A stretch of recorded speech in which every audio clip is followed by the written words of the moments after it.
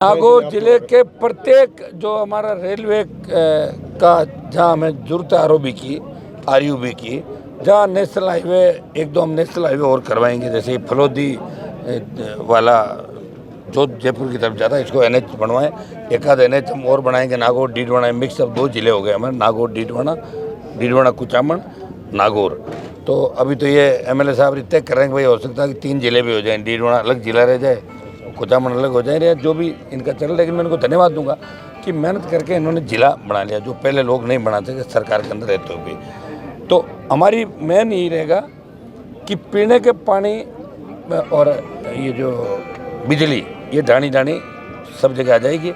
सड़कों का जाल बिछे और 3, 4, 5 महत्वपूर्ण जो रेल मार्ग है, मैं सर्वे करवा रहा हूँ। फलोदी, नागौर, जायल, डीडवाना सीकर और डीडवाना कुचामन, ये रेल लाइन का एमएलए साहब से सबसे बात कर लेंगे।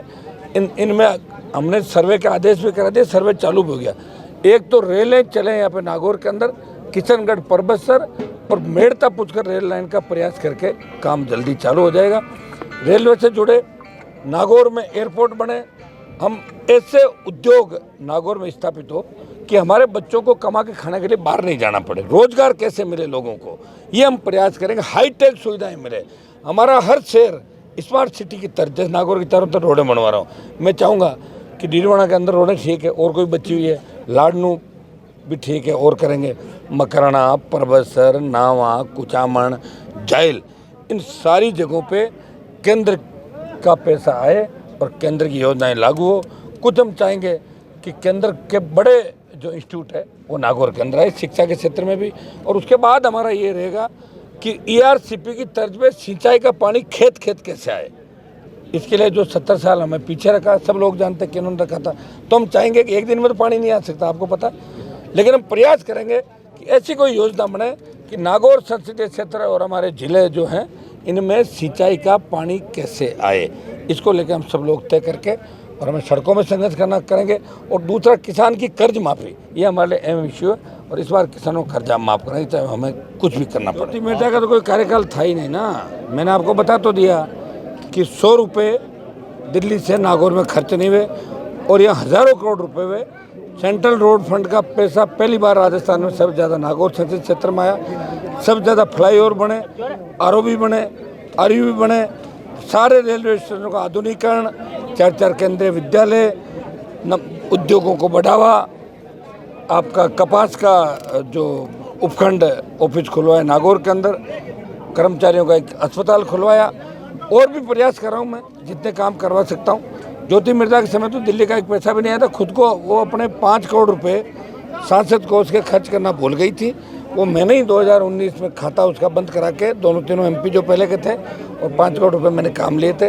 और लोकसभा के अंदर जो डिबेट करते हैं, इश्यू रेज करते हैं, उसमें ज्योति मिर्जा तो कोई अड़ती नहीं है। वो तो कोई 1, 2, 5 बार खड़ी हो गई कि खुद के कोई व्यक्तिगत मामलों के लिए। हनुमान बेनीवाल तो हमेशा लड़ता रहा है। कार्यकाल की तुलना बिल्कुल नहीं करें आप। और मेरा तो कार्यकाल के अंदर मैंने सत्ता को छोड़ के सड़क को चुना, और किसान, जवान, देश की सेना को ठेके पे दिया, पहलवान बेटियां, हर जगह आपने मुझे संघर्ष करते देखा। लेकिन उसका कार्यकाल विकास के हिसाब से, और लोकसभा में जो उसकी प्रेजेंट है, हर तरीके से वो कार्यकाल के अंदर 0 है। और चुनाव के बाद नहीं दिखना, वापिस चले जाना, कोविड, किसान आंदोलन, तमाम जगह हमने उसको कभी नहीं देखा। लेकिन उसका कार्यकाल तो जनता खुद ही बता देगी, क्योंकि फिर वो बात वापस कर लेता है। अब क्या करा आदमी, बताओ मुझे। और ज्योति मिर्जा इसलिए मेरे से चिढ़ती है कि 5 साल जब वो रही, तो लोग, अब जैसे मैं कहता हूँ ना कि भाई आपसे पहले कौन था, तो मैंने कहा नाम तो CR चौधरी थे, कि उससे पहले वो ज्योति थी, कि ज्योति कौन थी। मतलब वहाँ के सेंट्रल हॉल और वहाँ की जो चर्चा है उसमें ज्योति को लोग नहीं जानते, और ये उसको बहुत बड़ी चिढ़ है मेरे से। वो अपने आप को किसानों की बहुत यंग, वो समझती कि भाई मैं बहुत बड़ी लीडर हूँ, यूथ यंगस्टर की, और मैं बड़ी नेत्री हूँ देश की।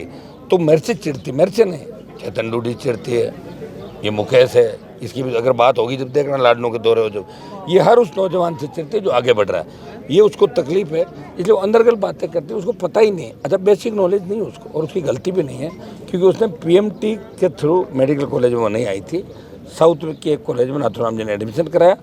बाद में ट्रांसफ़र कराया यहाँ पे मेडिकल कॉलेज के अंदर, डिग्री यहाँ की है, एडमिशन साउथ का है, बिल्कुल बिना एग्ज़ाम दिए। और प्री पीजी जो घोटाला हुआ था जिसमें कई लोग जेल गए थे, उस समय अब हम सब मिलकर जैसी भी थी बात, सब लोगों ने प्रयास भी किया और वो जब घोटाला खुला था, लेकिन सरकार के अंदर इन लोगों ने जाके प्रयास किया, ये उसमें मुलजिम निकल गई थी। प्री पीजी घोटाले के अंदर मुलजिम थी जो 10-15-20 लोगों का ग्रुप था ना, जो पीजी के पेपर बाहर ले आए थे। इन सारी बातों में जाने से मतलब बहुत बात छेड़ेंगे तो दूर तक चली जाएगी।